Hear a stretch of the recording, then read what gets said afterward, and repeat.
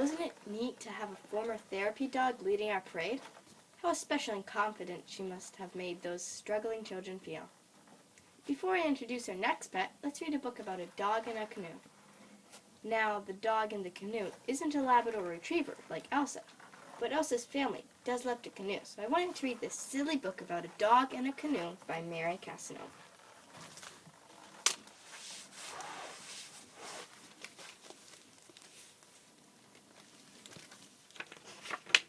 One Dog Canoe.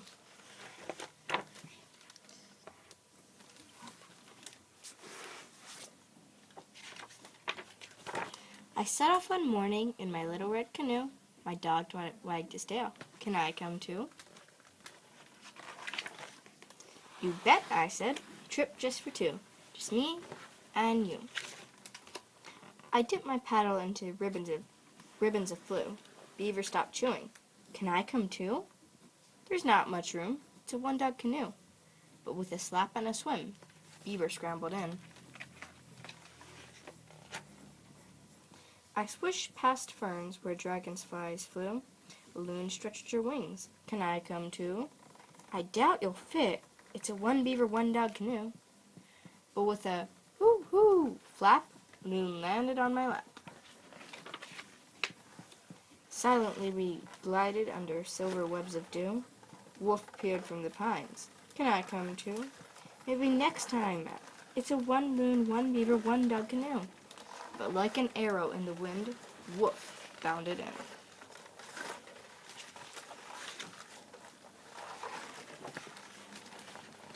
Still I paddled on in my little red canoe. Bear slid down a tree. Can I come too? We're pretty full. It's a one wolf, one loon, one beaver, one dog canoe. But with a grunt, a thump, ka-wump, Bear dropped on his rump.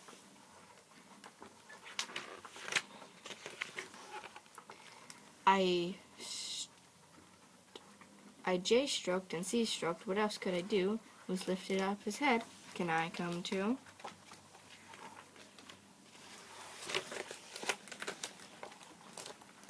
You'll do us all in. It's a one bear, one wolf, one loon, one beaver, one dog canoe. But with the toss of his rack, Moose climbed in the back. We teetered and tottered. I glared at my crew. Frog hopped to a rock. Can I come too? Frog, can't you see? It's a one moose, one bear, one wolf, one loon, one beaver, one dog canoe. But with a leap,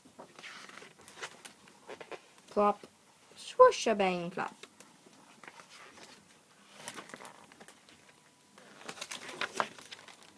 We sputtered, splashed, swam. Drip dried on the sand. Sorry, Beaver said. We should have listened to you. Guess you were right. It's a one-dog canoe. He started to grin. It's okay. We had a good swim. Then together we bailed till my vessel was dry, and with a push, a swish, glide, we waved goodbye. I set off that evening as the northern lights grew, just me and my pal in a one-dog canoe. At Mary Casanova's author talk, she shared the story behind this book. You have to get the dirt. Next in line, we have Meredith the turtle, representing the reptile class. Meredith is a Chinese pond turtle, which is also called a Reeves turtle.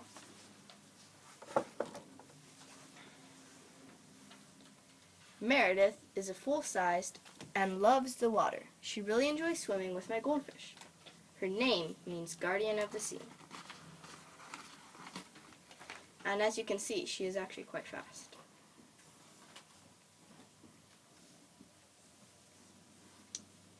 If you want to learn more about caring for a turtle, check out the 639 section of your library. This book is from the adult section. I saw some great juvenile reads that other libraries own, but unfortunately, those libraries were not open. I hope your library is open. Before we introduce the next pet, let's read a book with a clue about which pet is next. While Meredith is not a tortoise, Meredith lives in land and water. This book is a fun read to help us introduce our next pet.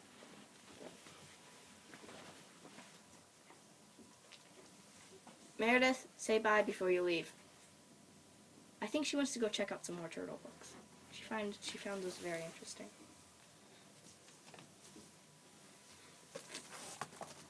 Our next book is called Tortoise and the Hare.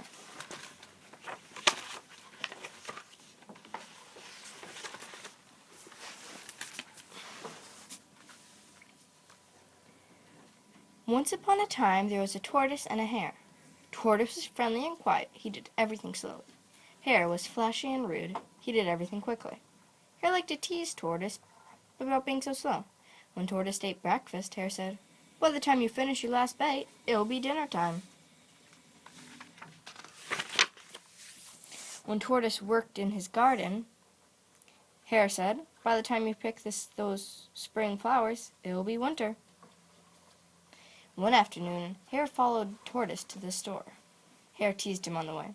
"By the time you get there, the store will be closed," he said. "You're so slow I could beat you at a race, hopping backwards on one paw."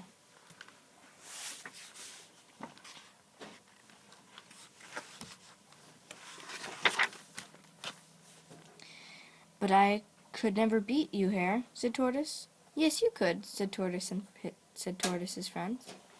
"All you need is a little help." "Then you will race me, Tortoise?" asked Hare.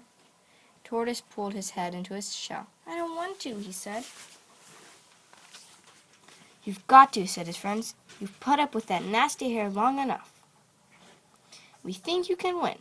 Tortoise didn't want to disappoint his friends, so he finally agreed to race against Hare. Tortoise had only only had 2.5 weeks to get in shape before the big race. Rooster helped him out at the gym. Raccoon cooked him healthy meals. Frog went jogging with him every morning. By the day of the race, Tortoise was ready.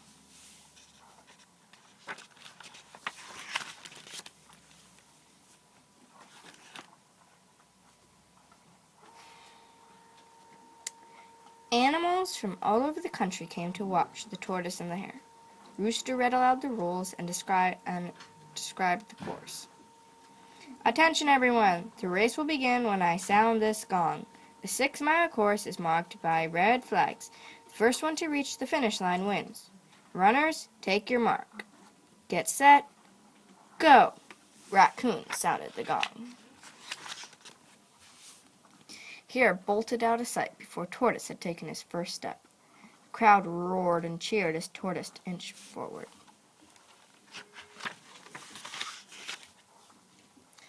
Hare was so far ahead that he decided to stop at Bear's house for something cool to drink.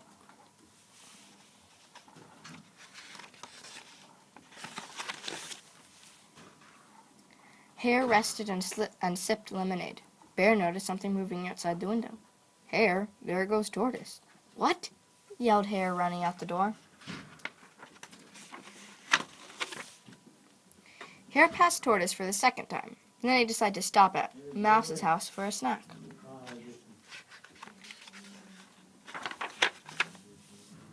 As Hare munched on crackers and cheese, Mouse yelled, "Is that Tortoise I see out the window?" "I'm not worried about that slowpoke," said Hare. "I've passed him twice already." Then he finished his snack and hopped out the door.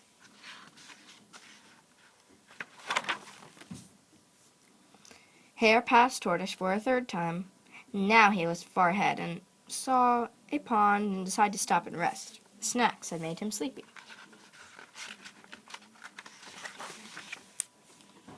Hare was so sure he could win. He took a nap in the soft grass. As he closed his eyes, he dreamed of victory.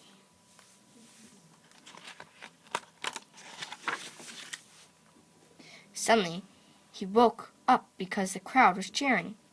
"Yay, Tortoise!" the crowd roared. Tortoise was 2 steps away from the finish line. "Slow down, you reptile!" screamed the Hare as he tried to catch up.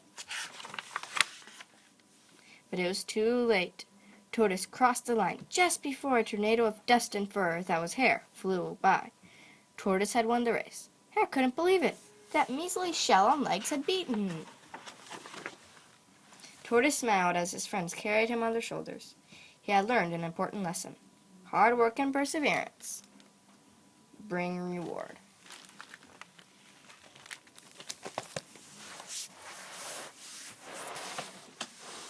The Tortoise and the Hare is a fable, a story about animals who teach us a lesson, written by Aesop, who lived in ancient Greece, 620 to 564 BC. This version was written by Jeanette Stevens.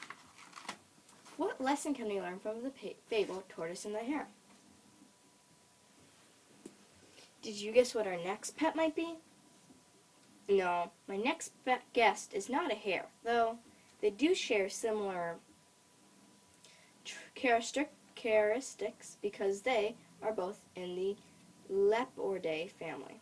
My next guest pet was with us once before. She's a black and white and has long ears. Yes, she's Andy, my pet Dutch rabbit. Do you remember why I named her Andy?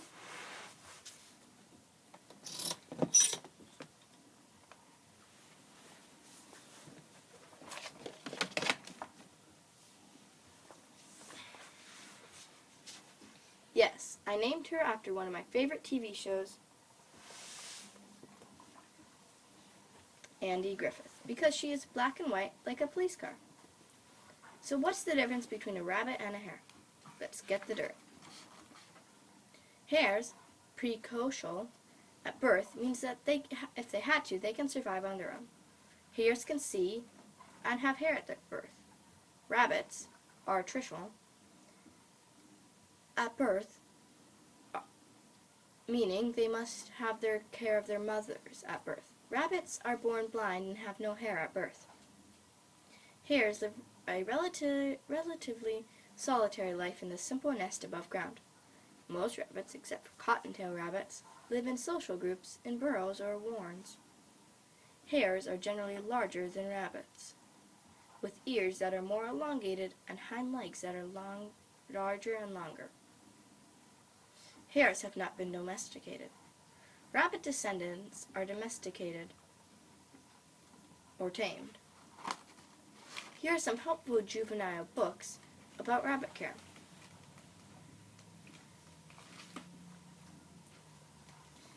This book, It's My Pet Rabbit. It describes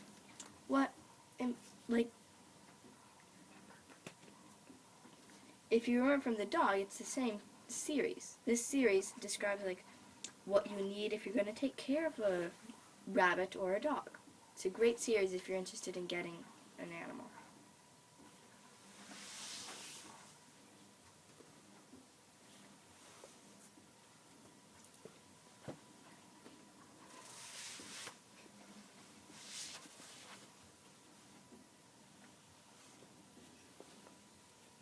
Let's read Snail Brings the Mail before introducing our next pet. See if you can guess who is next.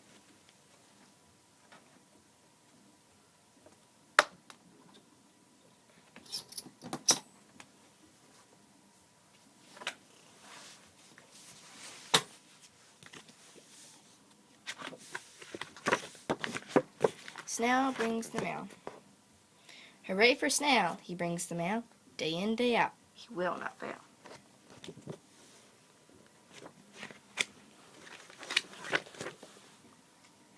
A box for Fox, and 3 for Bee. Oh, wow, says Owl. 10 cards for me. You missed the party in my tree. So I see.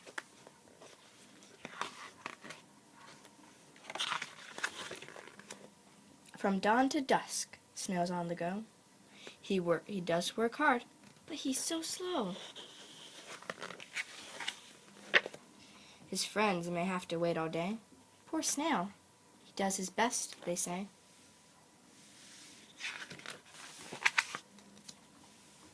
Then one morning, things go wrong. He wakes up late. He drops the mail. It starts to rain. It starts to hail. Snail won't give up. I must not fail. It's cold. The cold wind blows. It's quite a gale. The sky turns dark, and Snail turns pale.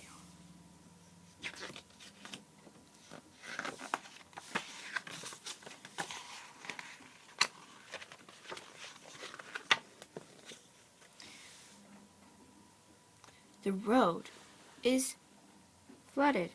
Bad luck, Snail. He can't get through. Snail wails, I failed. But look, a tractor up for sale. The deal is done. Now watch Snail go. He won't get stuck in rain or snow. These days the mail is right on time, and Snail gets through, come rain or shine.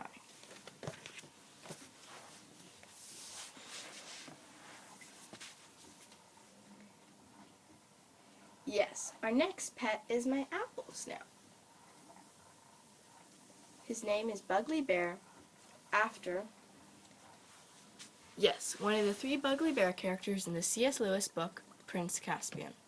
Buggly Bear represents the gastropod class. Buggly Bear is kind of cold because the water's cold, so he decided to stay in his shell.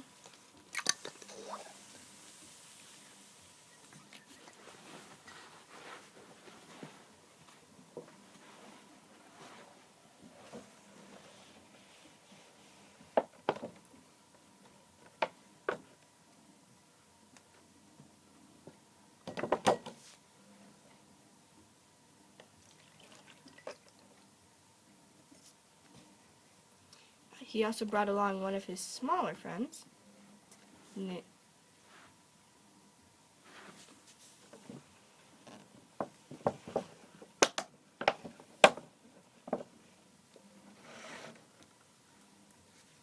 Mr. Buggly is slightly shy today, so you might not see him get out of his shell.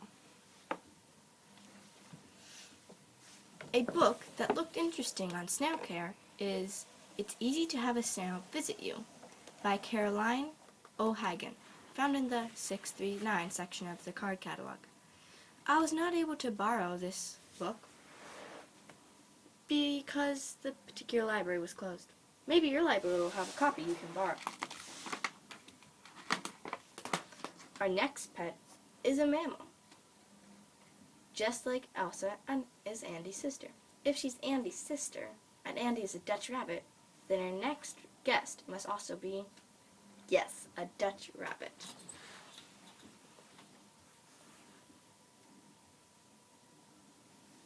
Let me see if I can get her out.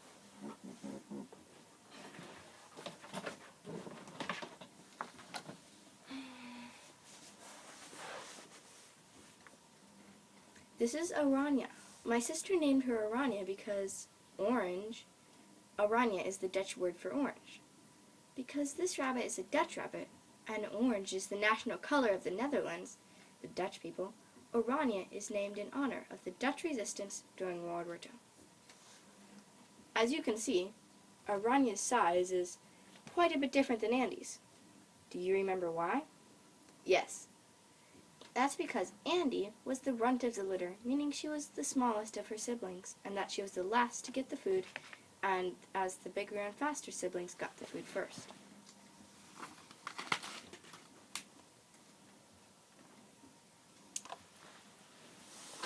Let's read a book to introduce our next book.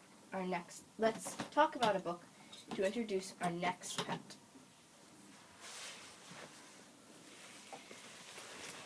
Because these books are very long, I won't be able to read them, but I do recommend you reading this book, Memoirs of a Goldfish. It's a very, very funny story about a goldfish with a problem. And then there's this book, Cam Jansen and the Goldfish Mystery. It's a very funny mystery that you can read. And it's about goldfish. So, what is your guess that our next pets are?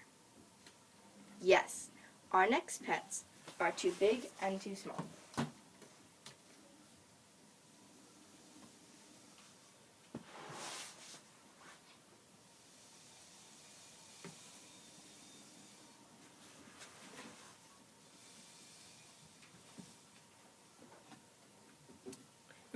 Entering now are too big and too small.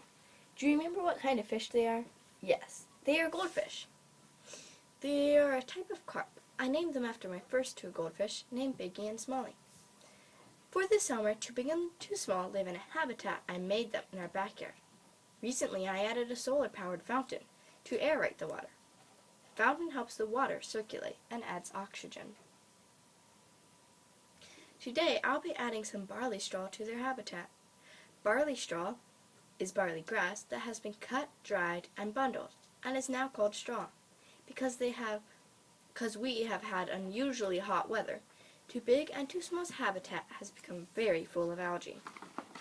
The algae depletes the oxygen in the habitat, causing Too Big and Too Small not to be able to breathe very well. I cleaned their habitat last night and added fresh dechlorinated water.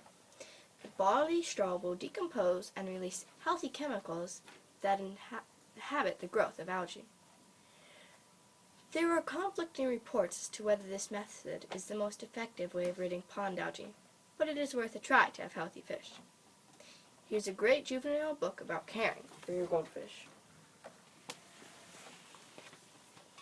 So if you are interested in having a goldfish, I recommend getting this book to help you know how to care for them.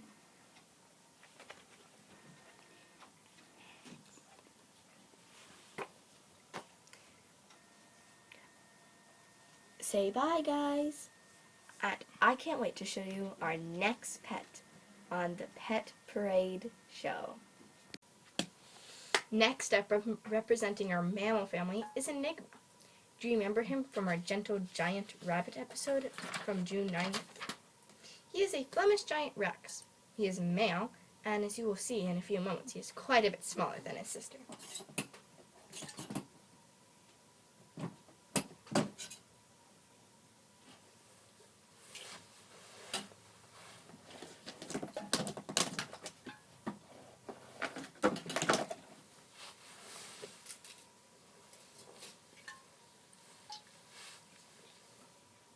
So, you probably remember him. He's the shy one, the one that hid behind the sign the entire time. Yeah, that's him. Mr. Camera Shy. He is, like I said before, a Flemish giant rex rabbit. So he takes more of the rex characteristics. So he is a lot smaller and softer, actually.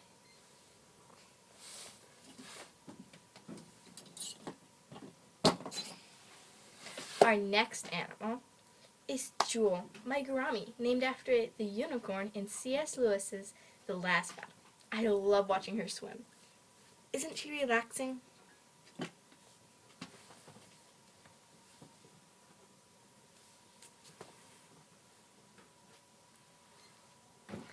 A fish may be in your future.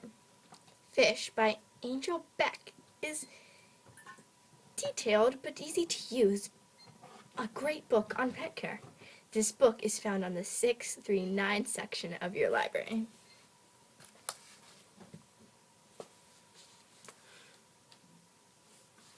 This is part of the series Keeping and Caring for Your Pet.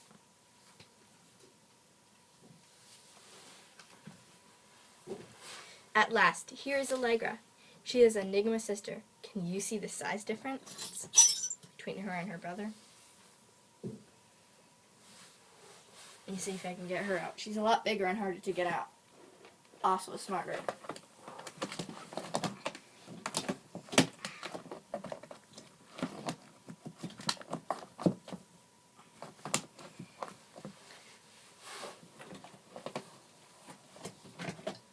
Alright. She is very heavy. I don't know. She'd be a great weightlifting tool. Do you see this under her chin? It sort of looks like a big pillow. It's not. It's extra hair. She pulls out that extra hair and adds it to her nesting box when she's ready to have babies. Here are a few more books on rabbit care that I suggest you read in your future. There's Caring for Your Rabbit. It's Bunny's Guide to. There's Rabbits. It's in the same series of fish.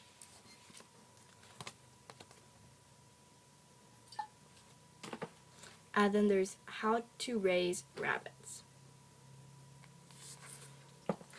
How to Raise Rabbits and Rabbits are found in the 636 section of the library, and Bunny's Guide is found in the 639 section. So, this is Allegra. As you can tell, she is a lot bigger than her brother. She is because she's also half Rex, half Flemish Giant, she takes a lot more after the Flemish Giant. Her dad was ginormous, and she is just a super fun rabbit to have. She loves to be cuddled, and the bigger the rabbits are, the calmer and just more patient they are to be able to play with. And this is Giant, and it's kind of hard to see her face when she puts her face in it. She uses it as a pillow, actually. So that was Allegra.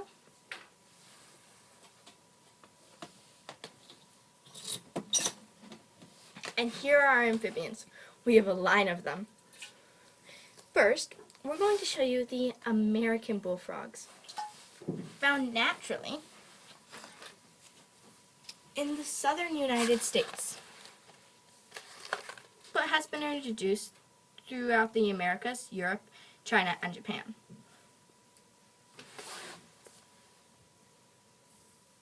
They're swimmers, and they love to swim.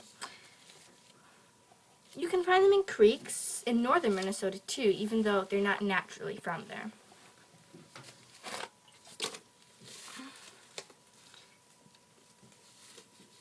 They're great swimmers and very big too.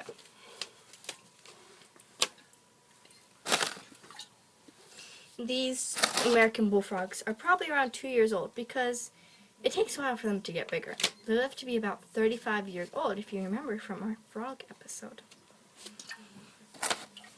An African bullfrog is from...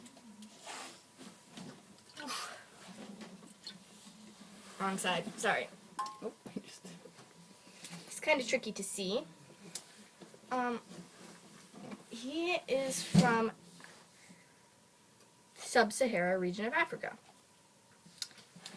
Let me see if...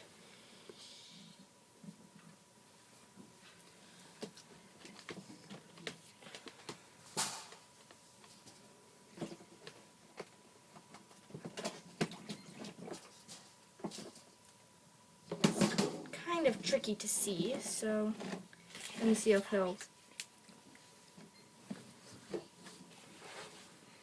he'll try to get out of his cage. Ah, he peeked his head out.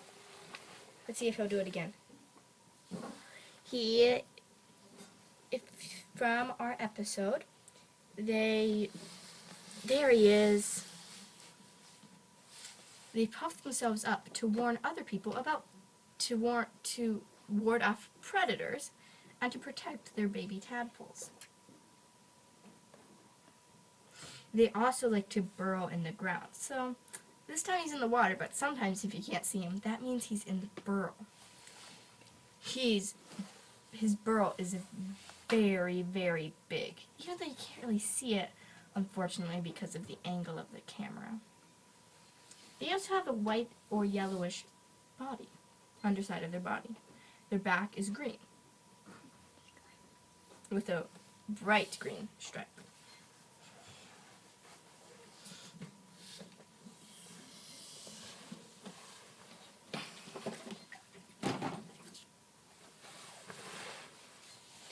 An African dwarf frog, hailing primarily from the southern half of Africa.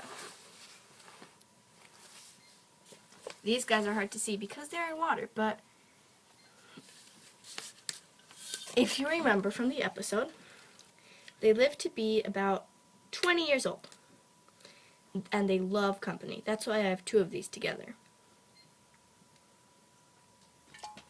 They're great swimmers, and they live mostly all the time in the water. Next coming up is a tomato frog.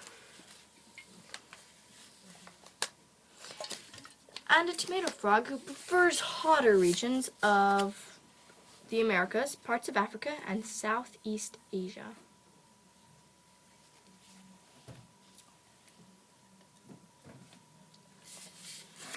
And last but not least, because all frogs come from, you guessed it, tadpoles. These are our tadpoles.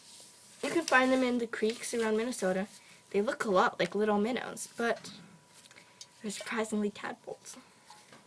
They get little legs, and then, if you remember from our frog episode, first of all, they get little legs in the back, and then they get front legs, and their tail gets shorter, and soon just disappears.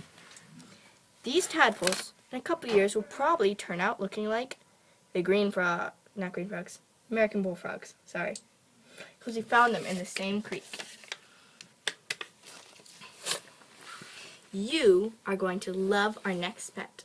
It is actually one of my favorite pets that we have done this time. Last but not least, as our grand finale, we have Lola the guinea pig. Now, do you remember when we learned about guinea pigs in our pet episode? Guinea pigs are a great pet for you, and they like companionship. So you should either have 2 guinea pigs or spend a lot of time with your guinea pig. If you are interested in getting a guinea pig, here are 2 great books about guinea pigs. There is Caring for Your Pet Guinea Pig, and there is My Pet Guinea Pig. Now, there are other books in this series if you are interested in other pets. Whatever the case may be, I hope that you will follow your dreams, pet involved or not. As for now, enjoy your winter, and if you haven't done it yet, it's almost over, but if your library is still open for the summer reading program, make sure you sign up because it has amazing opportunities for you. Until then, have a great time and get the dirt.